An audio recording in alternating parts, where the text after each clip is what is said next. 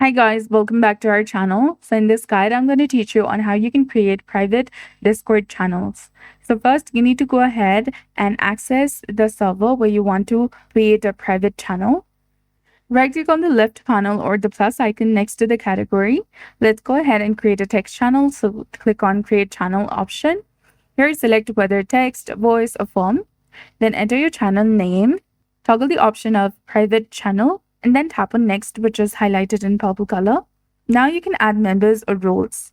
If you have created any roles, select the box of turn on the switch for each role you want to have access to this channel, or you can also skip this option right over here and your private channel will be created. Private voice channels will show a lock icon for users without access, and to make channel invisible to these users, click on the gear icon next to the channel, which is edit channel option. Here, go to permissions. Here, make sure that everyone is selected and disable the view channel option.